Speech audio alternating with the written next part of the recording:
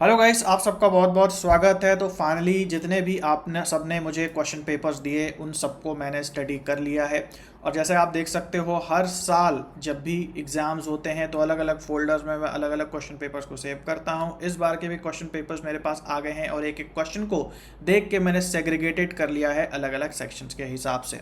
तो आज के इस वीडियो में हम लोग टीचिंग एप्टीट्यूड की बात करेंगे कि इस बार जितने भी 10 के 10 शिफ्ट्स हुई हैं उनमें जो पेपर उन आए हैं किस प्रकार के और कहां कहां से टीचिंग एप्टीट्यूड के जो है क्वेश्चंस बन करके आए हैं, ना चेंज हुआ है पैटर्न पिछले ईयर्स के क्वेश्चंस के कंपैरिजन में, ताकि आप बिल्कुल कॉन्फिडेंट हो, आपको एग्जैक्टली पता हो कहां से क्वेश्चंस बनते हैं कहां से नहीं, और उसके बेसिस पे हम लोग इसको समझ करके प्रीवियस ईयर क्वेश्चंस भी देखने वाले हैं उन सेम टॉपिक से, ताकि आपको बहुत अच्छा आइडिया लग जाए और अगले बार के पेपर के लिए आप और भी ज़्यादा कॉन्फिडेंट हो जाए। तो चलिए गाइस, बिना डिले के स्टार्ट करते हैं। तो क्वेश्चन पेपर सारे के सारे मेरे पास है और मैंने देख लिए हैं। अगर हम ये देखें तो ये है हमारा ऑफिशियल सिलेबस, और जैसा आपको पता है कि अगर आप ऑफिशियल सिलेबस के भरोसे रहते हैं तो उसके भरोसे रहना छोड़ दो, क्योंकि यहाँ ऐसे बहुत सारे टॉपिक्स लिखे हैं जिससे कि क्वेश्चंस अब नहीं बनते, और बहुत सारे ऐसे टॉपिक्स जिससे क्वेश्चंस बनते हैं वो यहाँ पे लिखे ही नहीं है ना।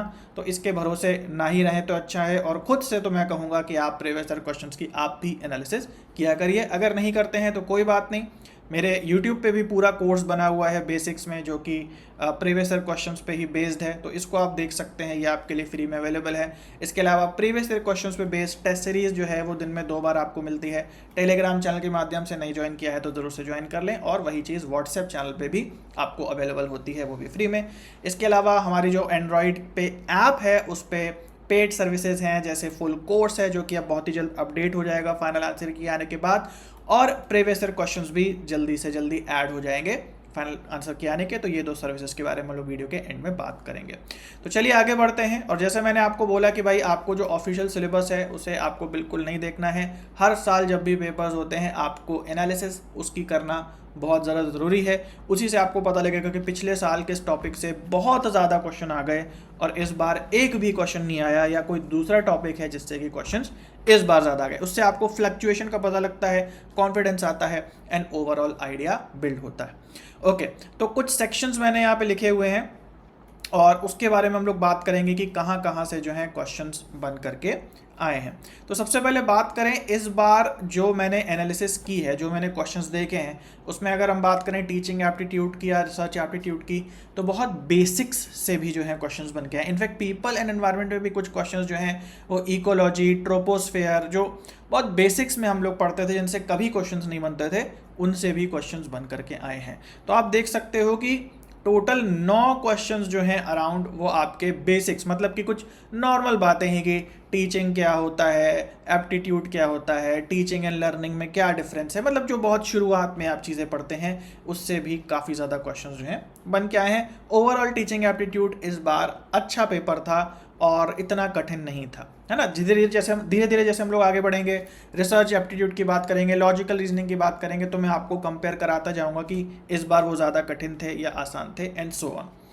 ओके, उसके बाद टीचिंग रिलेटेड कुछ कंसेप्ट्स हैं, जैसे टीचर सेंटर्ड लर्निंग क्या है, लर्नर सेंटर्ड लर्निंग क्या है, इसके अलावा ह्यूटागॉजी क्या है, पेडागॉजी क्या है, एंड्रागॉजी क्या है। तो जो टीचिंग रिलेटेड कंसेप्ट्स हैं, जैसे मोडालिटी हो गई, ट्रेनिंग क्या होता है, टीचिंग क्या होता है, इसके अलावा इंडॉक्ट्रिनेशन क्या होता है, तो जो मोडालिटीज़ हैं उनसे भी काफ़ी ज़्यादा क्वेश्चन है, और ये भी बेसिक्स में ही आता है, बहुत ईजी रहता है, इससे भी ओवरऑल 9 क्वेश्चन आए। अगला ब्लूम्स टेक्सोनॉमी। देखो भाई, ब्लूम्स टेक्सोनॉमी आप सबने सुना होगा, बहुत इंपॉर्टेंट टॉपिक है, लेकिन पिछले कुछ ईयर्स से इससे क्वेश्चंस उतने ज़्यादा नहीं बन रहे थे, और इस बार ब्लूम्स टेक्सोनॉमी से कंपैरेटिवली बहुत ज़्यादा क्वेश्चंस बने हैं। टोटल 7 क्वेश्चंस जो हैं, जितना मैं काउंट कर पाया सारे के सारे क्वेश्चंस को देख करके, तो टोटल 7 क्वेश्चन इसमें है। इसके अलावा लर्नर रिलेटेड कुछ क्वेश्चंस आए हैं। लर्नर रिलेटेड हमेशा एक आध क्वेश्चंस आते हैं, जैसे फील्ड इंडिपेंडेंट या डिपेंडेंट लर्नर्स क्या होते हैं, लर्नर्स के अलग अलग प्रकार होते हैं, है ना, लर्नर्स के अलग अलग एजेस के हिसाब से होते हैं कि अडोलसेंट लर्नर हैं या फिर जो हैं छोटे लर्नर हैं, बड़े लर्नर हैं एंड सो ऑन। इसके अलावा मेटाकॉग्निशन, ध्यान से समझो कि पिछले बार तक मेटाकॉग्निशन से बहुत सारे क्वेश्चंस आ रहे थे। इसके अलावा जो मेमोरी के टाइप्स होते हैं कि शॉर्ट टर्म मेमोरी क्या है, लॉन्ग टर्म मेमोरी क्या है, बहुत सारे क्वेश्चंस हमको पिछले 2 बार तक देखने को मिले थे। इस बार कोई क्वेश्चन नहीं आया मेमोरी वाले से, तो ये थोड़ा सा पैटर्न यहाँ पे चेंज हो गया और मेमोरी के जो प्रकार थे अलग अलग उनसे क्वेश्चंस इस बार नहीं बने हैं। मेटा कॉग्निशन से एक क्वेश्चन मुझे दिखाई दिया। एवेल्यूएशन से बात करें तो 4 क्वेश्चन आए हैं। पिछले सालों में एवेल्यूएशन से बहुत क्वेश्चन आते थे। Types of test, summative formative क्या होता है, and so on, prognostic evaluation, diagnostic evaluation. तो इस बार जो है 4 क्वेश्चन देखेंगे, मतलब ठीक ठीक आया इससे, बहुत ज़्यादा कम तो नहीं कहेंगे, लेकिन हाँ पिछली बार के हिसाब से कम। और इस बार एलएमएस और मूक की बात करें तो इससे भी हमारे 6 क्वेश्चन आए। तो ये हमेशा ही इंपॉर्टेंट है, इस तरीके से देखा जा सकता है, क्योंकि आईसीटी का जो इंक्लूजन है, चाहे टीचिंग एप्टीट्यूड में हो आईसीटी रिलेटेड क्वेश्चंस हैं, रिसर्च एप्टीट्यूड में आईसीटी रिलेटेड क्वेश्चंस हैं, मास मीडिया में, टेक्नोलॉजी या कम्युनिकेशन में भी थोड़ा आईसीटी आ गया है। तो हाँ, इससे जो है बराबरी के क्वेश्चंस जो हैं आ रहे हैं। तो जैसे ही फाइनल आंसर की आएगी, ये सारे के सारे हम लोग लेटेस्ट प्रीवियस ईयर क्वेश्चंस को यहाँ ऑनलाइन यूट्यूब पे लगाना स्टार्ट कर देंगे, ताकि इस बार जो जो क्वेश्चंस आए हैं उनका आपको आइडिया लग जाए और अगली बार के लिए आप तैयार हो जाएं। फिलहाल अभी के लिए इन सभी टॉपिक्स रिलेटेड हम कुछ प्रीवियस ईयर क्वेश्चंस देखने जा रहे हैं, और उन प्रीवियस ईयर क्वेश्चंस को ज़रूर से देखो, क्योंकि मैं आपको ये भी बताता हूँ कि उनको लगाने का तरीका क्या है। इसके अलावा जो क्वेश्चंस हैं उनको हैंडल कैसे किया जाए, उनका पूरा एक्सप्लेनेशन क्या है, वो पूरी बात अभी हम लोग करने जा रहे हैं। तो चलिए आगे बढ़ते हैं।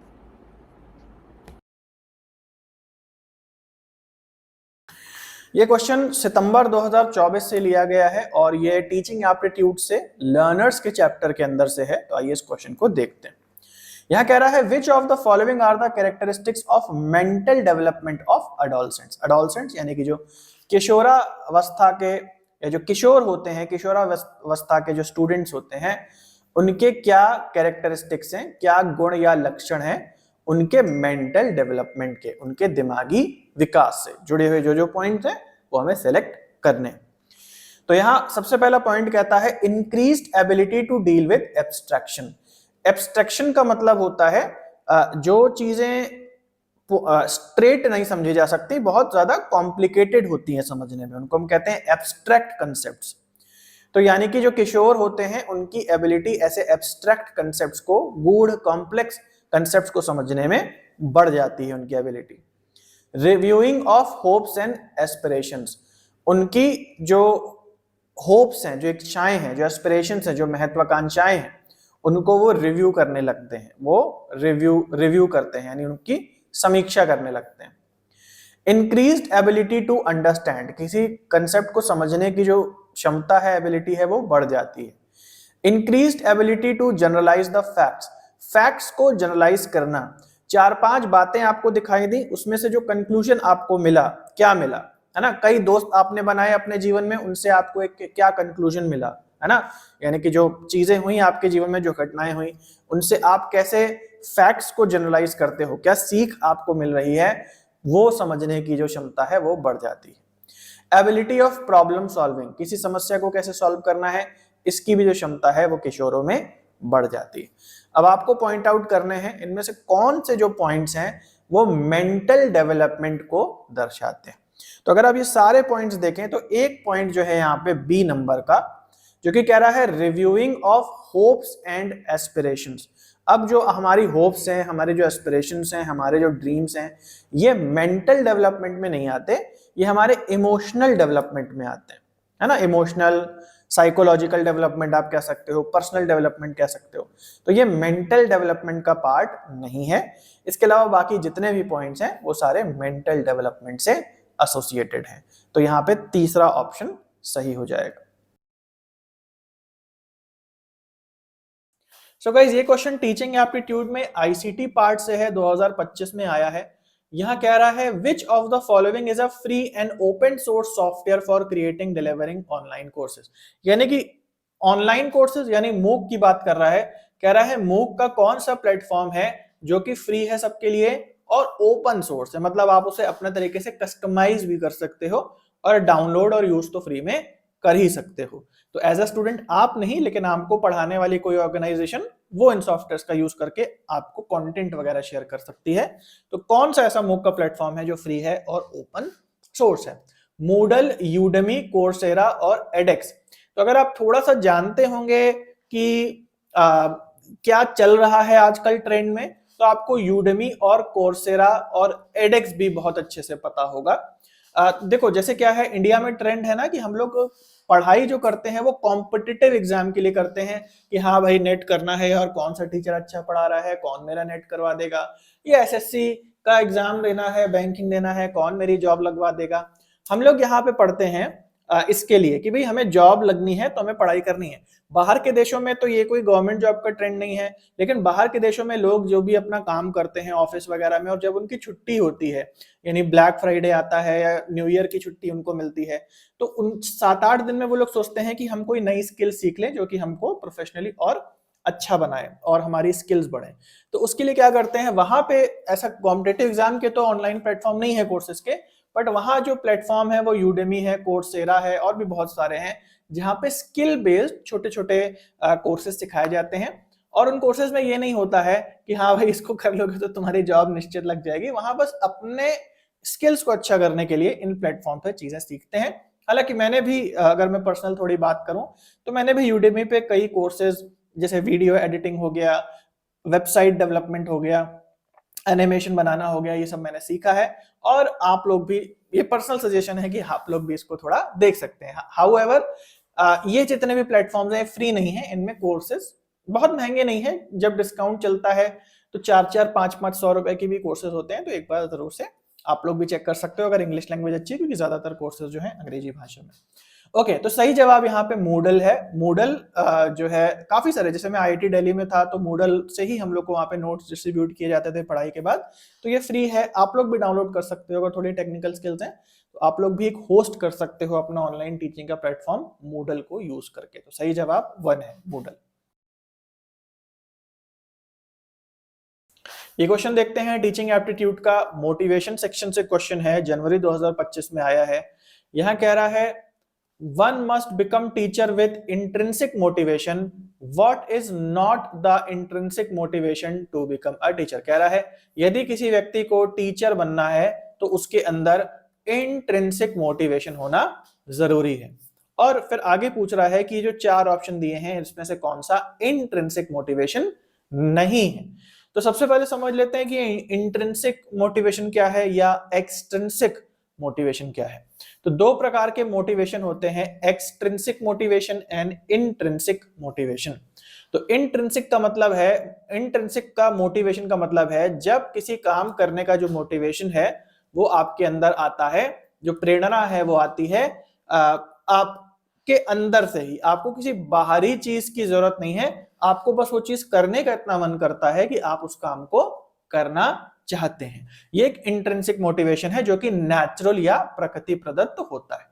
लेकिन एक बाहरी मोटिवेशन, बाहरी प्रेरणा भी हो सकती है, कुछ बाहरी प्रलोभन, कुछ बाहरी चीजें जो आपको किसी काम को करने के लिए दी जाएं और उसके चक्कर में वो आप काम करें, तो वो कहलाता है एक्सट्रिंसिक मोटिवेशन। जैसे बोला जाए कि भैया ये जॉब में जो है मोटा पैसा मिलता है, या ये जॉब करते हैं तो इसमें विदेशों की बहुत यात्रा इंक्लूडेड होती है, तो ये जॉब हम करते हैं तो इसमें जो है कुछ एक्स्ट्रा पर्क्स मिलते हैं, इंश्योरेंस मिलता है, बहुत सारी चीजें, गाड़ी बंगला भी जो है इस काम में एम्प्लॉयर ही आपको प्रोवाइड करता है।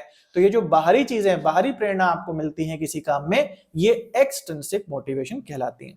आपको अपने प्रोफेशन में अगर आगे जाना है तो दोनों ही मोटिवेशंस काम करती हैं।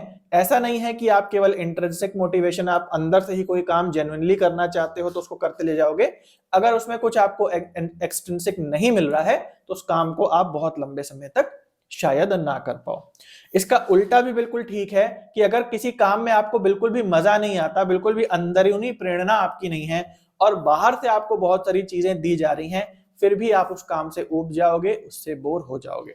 तो खैर टीचिंग की अगर बात करें तो इसके अंदर इंट्रिंसिक मोटिवेशन, बच्चों को पढ़ाना, बच्चों से ज्ञान साझा करना, ये होना बहुत ज्यादा जरूरी है, तभी आप एक अच्छे टीचर बन सकते हो। आई होप आपको बात समझ में आ गई, क्योंकि बाहर से जितने भी आपको पर्क्स दिए जा रहे हो वो एक समय के बाद आप बोर ही हो जाओगे और फिर हो सकता है कि बच्चों को उतना अच्छे से ना पढ़ा पाओ। तो यहाँ क्वेश्चन क्या है, क्वेश्चन ये कहता है कि इनमें से कौन सा इंट्रिंसिक मोटिवेशन नहीं। तो सबसे पहला है टीचिंग करना सेटिस्फेक्शन देता है, अच्छा लगता है, थोड़ा संतुष्टि मिलती है टीचिंग करने से। दूसरा है doing it for its sake. Doing it for its sake मतलब कि बस, मतलब ये काम है और करना है, मतलब मुझे लगता है कि इसको करना है ना, तो इसलिए मैं इसको करता हूं। फिर है हैंडसम सैलरी, बहुत अच्छी सैलरी मिलती है। और ग्रोथ ऑफ वन सेल्फ, और पढ़ाते पढ़ाते खुद की भी जो है ग्रोथ होती है, अच्छा फील होता है और हम नॉलेजेबल होते चले जाते हैं। तो एक्सट्रिंसिक मोटिवेशन पूछ रहा है, यानी कि कौन सा इंट्रिंसिक मोटिवेशन नहीं है, यानी एक्सट्रिंसिक कौन सा है। तो यहां सही जवाब हो जाएगा तीसरा ऑप्शन कि भाई आपको कुछ बाहरी चीज मिल रही है, बाहरी पर्क्स मिल रहे हैं, वो इंट्रिंसिक नहीं है, बाकी सारे इंट्रिंसिक है, यानी कि थर्ड ऑप्शन सही है। सो गाइस ये क्वेश्चन भी जो है ये हमारे जो ऑनलाइन टीचिंग एड्स होते हैं उनसे रिलेटेड क्वेश्चन है और बहुत ही कॉमन सेंसिकल है, और देख सकते हैं लेटेस्ट पैटर्न पे 2025 के पैटर्न पे आधारित है। Identify the advantages of video conferencing. तो वीडियो कॉन्फ्रेंस जो होती है जूम के थ्रू, गूगल मीट के थ्रू जो क्लासेस होती हैं या जो लोग आपस में बात करते हैं, उसके क्या फायदे हैं पूछ रहा है। इंक्रीज्ड प्रोडक्टिविटी, यानी कि इससे कम से कम समय में ज्यादा से ज्यादा काम हो सकता है, अधिक उत्पादकता बढ़ती है। गोइंग ग्रीन, गोइंग ग्रीन का मतलब है कि कोई भी जैसे पेपर, पेंसिल, ये सब चीजें नहीं यूज हो रही हैं। इलेक्ट्रिसिटी, क्लासेस में जो भी रिसोर्सेज लगते हैं वो नहीं यूज हो रही हैं, यानी घर बैठे बैठे पढ़ाई हो जा रही है और पर्यावरण के एक तरीके से अनुकूल है, क्योंकि बहुत ज्यादा नेचुरल रिसोर्सेज नहीं यूज हो रही हैं। सी पॉइंट कहता है लैक ऑफ पर्सनल कांटेक्ट, यानी कि लोग आपस में कांटेक्ट नहीं कर पाते हैं, यानी कि दूर दूर रहते हैं, साथ में रह के जो सीख सकते थे वो नहीं सीख पाते हैं, तो पर्सनल कांटेक्ट की कमी है। और डी पॉइंट कहता है clarity of audio and video always हो, और हमेशा जो भी हम वीडियो कॉन्फ्रेंस करते हैं उसमें हमेशा ही ऑडियो क्लियर होता है और वीडियो क्लियर होता है। कुछ बातें सही हैं, कुछ बातें गलत हैं, आइए समझते हैं। सबसे पहले आप देखोगे कि भाई जो वीडियो कॉन्फ्रेंसिंग होती है उसमें हमेशा ऑडियो वीडियो क्लियर हो, ऐसा तो नहीं होता। कभी कभी नेटवर्क की समस्या होने के कारण अच्छे से ऑनलाइन क्लासेस नहीं हो पाती। इसके अलावा लैक ऑफ पर्सनल कांटेक्ट, सही बात है, ये तो है ही वीडियो कॉन्फ्रेंसिंग जब होती है, बट आपको यहाँ गलती नहीं करनी है, आपको यहाँ ध्यान देना है कि एडवांटेजेस की बात कर रहा है, भले सच हो या गलत हो, डिसएडवांटेजेस को नहीं सिलेक्ट करना। तो लैक ऑफ पर्सनल कांटेक्ट एक डिसएडवांटेज है, एडवांटेज नहीं है, इसलिए ये भी नहीं आएगा। तो दो बातें बचती हैं। सबसे पहला कि हाँ भाई प्रोडक्टिविटी इंक्रीज होती है, कि भाई आप क्लास में जाते थे, तैयार होते थे, कंघी करते थे, मुंह धोते थे, अब वो सब कुछ नहीं करना है, ऑनलाइन आप पढ़ रहे हैं तो कम से कम समय में ज्यादा से ज्यादा काम कर रहे हैं। प्लस गोइंग ग्रीन भी सही है कि आप कुछ गाड़ी लेते थे, गाड़ी से पोल्यूशन करके क्लास पहुंचते थे, क्लास में भी जो है बिजली बत्ती और कॉपी पेन वगैरह बहुत सारी रिसोर्सेज यूज होते थे, वो भी अब नहीं यूज होते, है ना। तो ए और बी पॉइंट सही है, यानी फोर्थ ऑप्शन हमारा सही हो जाएगा। ये क्वेश्चन देखते हैं, टीचिंग एप्टीट्यूड से है, 2025 का क्वेश्चन है। तो यहां पे देख लेते हैं क्या दिया है question. Which of the following should our teacher focus in classroom. कौन सी बातें हैं जिसपे टीचर को ध्यान देना चाहिए, टीचर को फोकस करना चाहिए। सबसे पहला है वन वे कम्युनिकेशन, केवल एक वे का ही कम्युनिकेशन हो, टीचर ही स्टूडेंट से बात करे, स्टूडेंट्स टीचर से बात ना कर पाए। इंटर कल्चरल हार्मोनी, यानी कि अलग अलग कल्चर के जो स्टूडेंट्स हैं उनके बीच में एक हार्मनी बनी रहे, एक आपस में प्यार बना रहे, कनेक्शन बना रहे। सी पॉइंट है फीडबैक फ्रॉम स्टूडेंट्स, स्टूडेंट से समय समय पे वो फीडबैक ले कि पढ़ाई कैसी जा रही है, तुम लोग को समझ में आ रहा नहीं आ रहा, और क्या नया कर सकते हैं, ये सब फीडबैक लेता रहे। डी पॉइंट कहता है क्रिएटिंग अ कंडक्टिव एटमॉस्फेयर, एक अच्छा एटमॉस्फेयर बनाए। कंडक्टिव का मतलब होता है जहां लोग मिलकर काम कर पाए। ई पॉइंट है अवॉइडिंग गिविंग एडवाइजेस, और सलाह देने से बचे, है ना। तो कौन से पॉइंट हैं जिनसे कि फॉलो करना चाहिए टीचर को, और कौन से पॉइंट हैं जिन्हें नहीं करना चाहिए। अब ऑप्शंस आपको बता रहे हैं, आपको तीन चीजें पिक करनी है, यानी दो चीजें गलत हैं। तो जो भी आपको लग रहा है गलत है वो आसानी से डिटेक्ट हो जाएगा। जैसे सबसे पहली बात, वन वे कम्युनिकेशन नहीं होना चाहिए, तो यानी कि टू वे कम्युनिकेशन हो, स्टूडेंट्स भी फीडबैक वगैरह दे पाए, तो जाहिर सी बात है कि फीडबैक फ्रॉम स्टूडेंट्स ठीक हो जाएगा, तभी तो टू वे कम्युनिकेशन होगा, यानी सी ऑप्शन होना चाहिए। तो यहां हम देख सकते हैं सी और डी दोनों में ही है, यानी डी ऑप्शन भी होना चाहिए।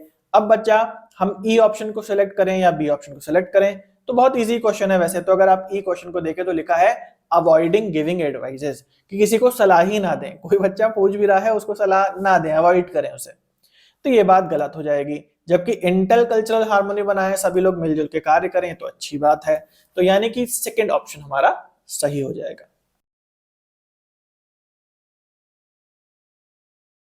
तो गाइस ये क्वेश्चन टीचिंग एप्टीट्यूड से है, जनवरी 2025 से। आइए इस क्वेश्चन को देखते हैं। Which among the following can not be associated with skills. इनमें से कौन सी ऑप्शन जो है उसे हम कोई स्किल नहीं कह सकते, कोई गुण नहीं कह सकते, कोई एबिलिटी या कुछ सीखना में नहीं आएगा वो चीज, है ना। तो सबसे पहला है प्रैक्टिस यानी अभ्यास, किसी काम को बार बार करना। फिर है लर्निंग, कोई नया ज्ञान हासिल करना। फिर है प्रोफिशिएंसी, महारत हासिल करना, कोई चीज बार बार करके या कोई लर्निंग बार बार करके किसी चीज में निपुण हो जाना। और फाइनल आता है इनकेपेबिलिटी, किसी चीज में इनकेपेबल होना या अक्षम होना, है ना, इनेबल होना, अनेबल होना, सॉरी, है ना। तो कौन सा इसमें पॉइंट है जो स्किल नहीं है, तो जाहिर सी बात है कि यही एक नेगेटिव कॉनोटेशन दे रहा है, इनकेपेबिलिटी एक स्किल नहीं है, यानी फोर्थ ऑप्शन सही है।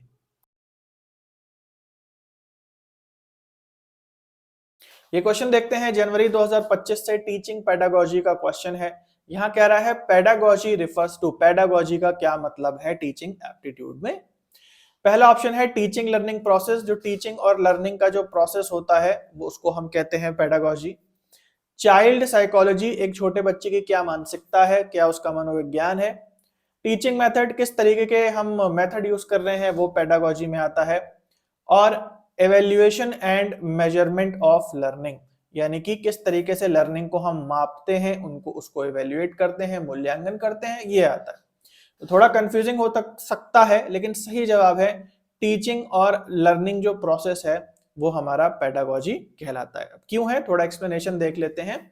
Pedagogy refers to the art and science of teaching, including the strategies, method and approaches used in the teaching learning process. तो pedagogy में सारी चीजें आ जाती हैं जो कि लर्निंग या टीचिंग से रिलेटेड होती हैं, चाहे वो स्ट्रैटेजी बनाना हो, चाहे वो जो तरीके आप यूज कर रहे हैं, है ना, कुछ भी जो टीचिंग लर्निंग प्रोसेस में यूज होता है वो सारा का सारा पेडागोजी है। And it encompasses how teacher deliver knowledge, engage student and facilitate learning effectively। यानी कि जो पूरा प्रोसेस है, चाहे टीचर वो लेक्चर देने से स्टार्ट करे, बच्चों को एंगेज करे और फाइनली उनको लर्निंग करा के छोड़े, ये सब कुछ पेडागोजी का पार्ट होता है। इसलिए जो पूरा टीचिंग और लर्निंग प्रोसेस है ये पेडागोजी में आता है और पहला ऑप्शन सही है।